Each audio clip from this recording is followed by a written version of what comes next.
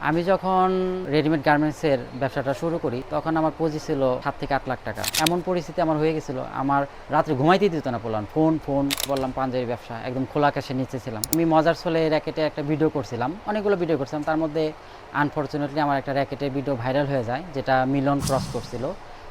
আর সেখান থেকে আমি মোটামুটি প্রায় 2.5 থেকে 3 লক্ষ টাকার র্যাকেট ব্যাট সেল করছিলাম। অনলাইনে দেখা যায় যে ওই 2 ঘন্টাতে আমি মোটামুটি সারাদিনে যা বিক্রি করি, ওই 2 ঘন্টাতে আমার তার চাইতে যথেষ্ট পরিমাণ বেশি সেল হয়ে যায়। আল্লাহর রহমতে প্রথম আমার একটা ছোট্ট একটা দোকান হয়, সেই দোকান থেকে আল্লাহর রহমতে আমি এখন দুইটা দোকান করে ফেলছি। আমি দুবাইতে ছিলাম। দুবাইতে একটা ইঞ্জিনিয়ারিং কোম্পানিতে ছিলাম, কম্পিউটার অপারেটর হিসেবে। 5 বছর পরে দেশে ব্যাক করি। তো আমি দেশে আসার পর এক জায়গাতে একটা কথা হইলো। তো উনি আমাকে অনেকগুলো পাঞ্জাবি অফার করলো যে আমি সামনে ঈদ, আমার অনেকগুলো পাঞ্জাবি লাগবে। তো এই পাঞ্জাবিগুলো আমি আরেক জায়গা থেকে ম্যানেজ করলাম। দেখলাম যে এনে দিলে ওনার কাছে মোটামুটি আমাদের 1-1.5 লাখ টাকা লাভ হইতেছে, শুধু এনে দিতেছি। তো আনার পরে যখন আমি আনলাম, তো আনার পরে উনি তো আমাকে খোলা আকাশের নিচে ফেলে দিল। বলতেছে যে পার্টনারের জন্য আমি নিতে চাইছিলাম, সে পার্টনার তো পাঞ্জাবি নিয়ে নিছে, তো এখন মনে করেন যে বলে যে স্যাম্পলগুলো দিয়ে দাও। তো সিনিয়র পার্সন থেকে দিয়ে দিলাম। তো এগুলো নিয়ে আমি অনেক মার্কেটিং করলাম, বিভিন্ন অঞ্চলে ঘুরে ঘুরে ঘুরে মার্কেটিং করতে করতে এখান থেকে আমার অনেক বড় একটা এক্সপিরিয়েন্স গ্রো করে। তো এভাবে করে দেখা যায় যে আনফর্চুনেটলি আমি একটা দোকান পেয়ে যাই। দোকান পেয়ে যাওয়ার পরে আমি এই ব্যবসাটা স্টার্ট করি। আমি মূলত ছুটির ভিতরেই আসছিলাম। তো আনফর্চুনেটলি এখানে একটা কথা প্রেক্ষিতে এক ছোটো ভাইকে বলতেছে, এই আমাদের এলাকাতে যদি একটা দোকান পাই তাহলে দোকান করবার বাইরে যাব না। তো হঠাৎ করে দেখি একদিন বলতেছে, ভাই দোকান পাইছি, আপনি ওই দোকান আপনি নিয়ে দেই। তো কথা বলে হঠাৎ করে কোনো ধরনের প্রিপারেশন ছাড়াই দোকানটা নিয়ে নিলাম। তো এখান থেকে ব্যবসাটা শুরু করলাম আর কি। তো ডেফিনেটলি দেশে ভালো, কারণ দেশে সবার সঙ্গে থেকে ওই ইনকাম করা তো অনেক সৌভাগ্যের ব্যাপার। বাহিরের চাইতে আলহামদুলিল্লাহ এখানে দেশে অনেক ভালো আছি। যদিও বাহিরে অনেক ভালো ফ্যাসিলিটি ছিল, কিন্তু দিন শেষে আমি একা। আর এখানে দেখা যায় অনেক পরিশ্রম করার পরও সবাইকে, ফ্যামিলিকে যখন কাছে পাই, সব ক্লান্তি দূর হয়ে যায়। ওই আমার বড় ভাই যে পাঞ্জাবির অর্ডার করছিল, অর্ডার করার পরে যখন নেয় নাই, তো আমাকে খোলা আকাশের নিচে ফেলে দিল। তো এটা নিয়ে আমার যে অনেক স্ট্রাগল করতে হয়েছিল, এই স্ট্রাগল থেকে আমি অনেক বড় একটা অভিজ্ঞতা অর্জন করি। আর ওই অভিজ্ঞতা থেকেই আমি আজকে এইখানে চলে আসতে পারছি। আমি যখন আমার রেডিমেড গার্মেন্টসের ব্যবসাটা শুরু করি তখন আমার পুঁজি ছিল 7 থেকে 8 লাখ টাকা। যেহেতু আমার এই ব্যবসাটা আগে পরে কখনো করি নাই, কোনো ধরনের প্রিপারেশন ছিল না, তো শুরুটা আমার খুবই চ্যালেঞ্জিং ছিল। আমি কোনো মার্কেট চিনি না, তারপর কোথা থেকে কিনতে হবে, কত দামে কিনতে হবে, আমি কিনতেছি ঠকতেছি না জিততেছি, কোন জিনিসটা চলবে চলবে না, এগুলো আমি বুঝতাম না। তো ওইভাবে দেখা যায় যে ঘুরতে ঘুরতে কিনতে কিনতে মোটামুটি একটা ভালো একটা এক্সপিরিয়েন্স যখন হয়ে গেছে, তো আস্তে আস্তে মোটামুটি আমি ব্যবসাটা ভালো করে বুঝে গেছি। আমার সবচেয়ে ভুল সিদ্ধান্ত ছিল যে একদম অতি দ্রুত আমার ওই বড় ভাইটাকে খুব বিশ্বাস করে ফেলা। কোনো ধরনের আমি এত বড় একটা ডিল করার সময় কোনো ধরনের আমি অ্যাডভান্স নিই নেই, শুধু তার কথার উপর বিশ্বাস করে আমি আমার এই এতগুলো প্রোডাক্ট আমি হাতে নিয়েছিলাম। তো উনি যখন আমি দিছি ওই প্রোডাক্টগুলো, তখন সে নেয় নাই। তো যদি আমি অ্যাডভান্স নিতাম তখন হয়তো সে এরকম করতে পারতো না। অনলাইন প্ল্যাটফর্ম বলতে আমি ফেসবুকে ওই মজার ছলে বিভিন্ন সময় পোস্টিং করতে করতে করতে করতে এক সময় দেখলাম যে না, আমার এখান থেকে বিভিন্ন ধরনের অর্ডার আসতেছে। তো এই অর্ডারগুলো যখন আমি প্রথম পাই তখন খুবই ভালো লাগতো। তো এগুলো করতে করতে দেখা যায় যে আমি এটার উপরে একটা বিশাল বড় একটা ঝোঁক নেই, এটাকে আমি একটা প্রফেশনালি নিয়ে নিই। আপডেট দিতে গেলে দেখা যায় অনেক সময় একটা প্রোডাক্ট খুলতে গেলে আবার ভাঁজ করতে হয়, আবার ওইগুলো আবার নতুন করে ছবি তুলতে হয় অনেক ধরনের। এই কারণে অনেক সময় বিরক্ত লাগতো, দিতে মন চাইতো না। আবার দেখা যায় যখন অর্ডারগুলো আসতো তখন এটাকে আবার দেখা যায় যে আমার অনেক ভালো লাগতো। তো এই কারণে আবার প্রতিনিয়ত দেওয়ার চেষ্টা করি আমি। যদি এটা বলতে যাই সেক্ষেত্রে আমি বলবো ডেফিনেটলি আমার র্যাকেট ব্যাট। তো আমি মজার ছলে র্যাকেটে একটা ভিডিও করছিলাম, অনেকগুলো ভিডিও করছিলাম, তার মধ্যে আনফর্চুনেটলি আমার একটা র্যাকেটের ভিডিও ভাইরাল হয়ে যায়, যেটা মিলিয়ন ক্রস করছিল। আর সেখান থেকে আমি মোটামুটি প্রায় 2.5 থেকে 3 লক্ষ টাকার র্যাকেট ব্যাট সেল করছিলাম ওই 1 মাসের শীতের সিজনে। কাস্টমারের দেখা যায় যে একটা প্রোডাক্ট দেওয়ার পর আমি শুধু এটা বিক্রি করে আমি ওইটা করি না। দেখা যায় অনেক সময় ওনার সঙ্গে দেখা হলে বা পরবর্তী আমার দোকানে আসলে বা কখনো রাস্তাঘাটে চলাফেরার ক্ষেত্রে যদি দেখা হয়, সেক্ষেত্রে জিজ্ঞেস করি আমার প্রোডাক্টটা কেমন ছিল, বা আমার প্রোডাক্টটা যদি ওনার গায়ে দেখি তো পরে এটা কেমন লাগতেছে।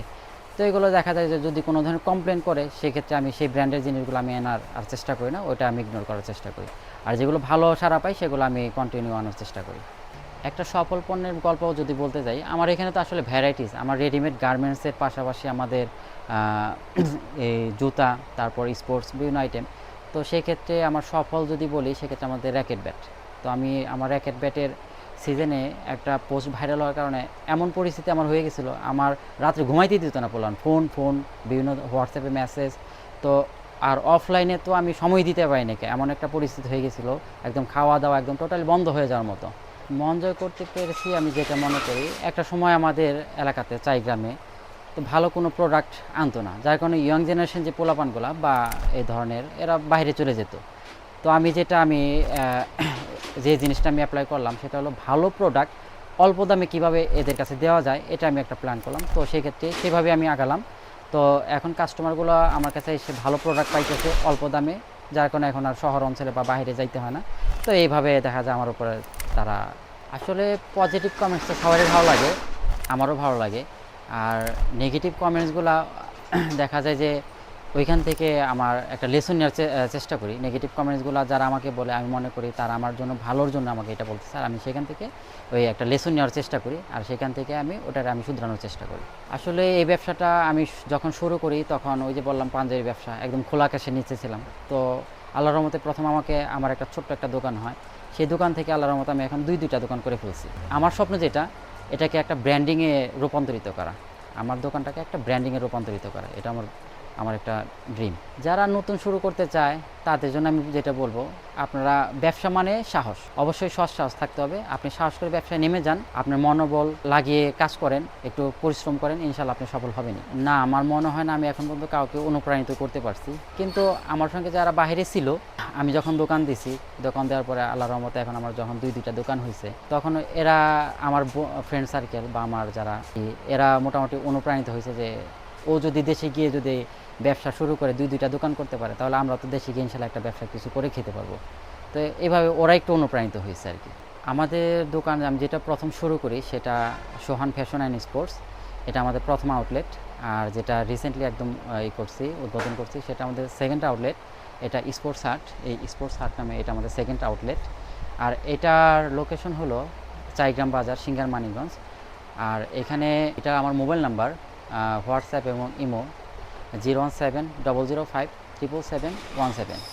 অনলাইনে সারা বলতে যেটা বলবো আমি, ওই সারাদিন আমি যে বেচাকেনাটা করি, তো আল্লাহর রহমতে সন্ধ্যার পরে আমি তার চাইতে বেশি সেল করি অনলাইনে। তো অনলাইনে দেখা যায় যে ওই 2 ঘন্টাতে আমি মোটামুটি সারাদিনে যা বিক্রি করি, ওই 2 ঘন্টাতে আমার তার চাইতে যথেষ্ট পরিমাণ বেশি সেল হয়ে যায়। আর এই সেলগুলো দেখা যায় যে ওই আমি অনলাইনে, আমার তো নিজস্ব কোনো পেজ নাই, ওই রকম প্রফেশনাল কোনো পেজ নাই, আর নিজের আইডি থেকে করতে করতে মোটামুটি আমার আইডিটা একটা দাঁড় হয়ে গেছে।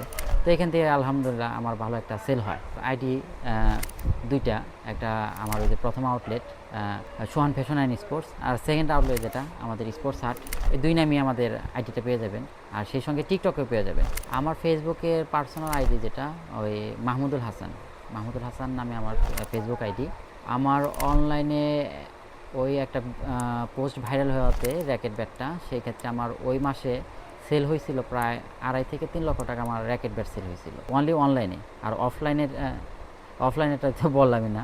তো অনলাইনে আমার 2.5 থেকে 3 লক্ষ টাকা আমার সেল হয়েছিল ওই মাসে। আমার 2 দোকানে, আমার যেটা ফার্স্ট আউটলেট ফ্যাশন হাউস যেটা সোহান ফ্যাশন, সেটাতে রেডিমেড গার্মেন্টসের যে প্রোডাক্টগুলো একদম নিউবর্ন বেবি থেকে শুরু করে একদম বৃদ্ধ পর্যন্ত ছেলে মেয়ে সকলের প্রোডাক্ট পাওয়া যায়। সেক্ষেত্রে মেয়েদের বোরখা, ব্যাগ ট্যাগ, হিজাব সবই পাওয়া যাবে। আর সেকেন্ড আউটলেট যেটা স্পোর্টস হাট, এখানে আমাদের সব স্পোর্টস আইটেম এবং ওই জুতা, কিডস, লেডিস, জেন্টস, বাচ্চা সব ধরনের জুতা পাওয়া যাবে এখানে। আর স্পোর্টস, সকল ধরনের স্পোর্টস। সেটার ক্ষেত্রে আমি বলবো যে আমাদের এই যে স্টেপের জুতাগুলা কি সচরাচর সব জায়গাতে নাই। জুতাটা দেখাও তো, স্টেপের জুতা, এই যে স্টেপ, এইটা দেখা যায় যে আমাদের সিঙ্গার থানার ভিতরে একমাত্র আমার কাছে এই স্টেপের জুতাগুলো পাওয়া যাবে। আর এটা কেনার জন্য হয়তো সাভার, মানিকগঞ্জ অথবা ঢাকার ভিতরে যেতে হয়। তো সেক্ষেত্রে ইয়াং জেনারেশন এখন আর কষ্ট করে দূরে যেতে হয় না, এখন সবাই দেখা যায় যে জেনে গেছে, এখন সবাই আমার কাছে চলে আসে। দেখা যায় যে এমন কিছু প্রোডাক্ট আছে যেগুলো দেখা যায় ঢাকায় যে আনতে হয়, খাজনা বাজনা বেশি পড়ে। সেটার একটা কথা যদি বলি, এই ট্রফিগুলো অনেক সময় দেখা যায় যে খেলার জন্য ট্রফিগুলো আনতে সেই স্টেডিয়ামে যেতে হয়। দেখা যায় যে যেই টাকা দিয়ে এটা আনবে তার সাথে বেশি ওর কস্টিংয়ে পড়ে যায়, ভাড়া টাড়া ওইখানে গিয়ে খাইতে হয়। তার সাথে দেখা যায় যে আপনার ঘরে বসে এটা পাইতেছে, যা ওর যে ভাড়া লাগতো ভাড়ার সাথে কমে আমার কাছে এই প্রোডাক্টটা নিয়ে যেতে পারতেছে। কাস্টমারের জন্য যেটা বলবো, আপনারা যারা আমার ভিডিওগুলো দেখবেন তারা অবশ্যই আমার শোরুমটা ভিজিট করবেন। ভিজিট করে এসে আপনি দেখবেন আমার কথার সঙ্গে আমার প্রোডাক্ট, আমার কাজগুলো মিল আছে কিনা।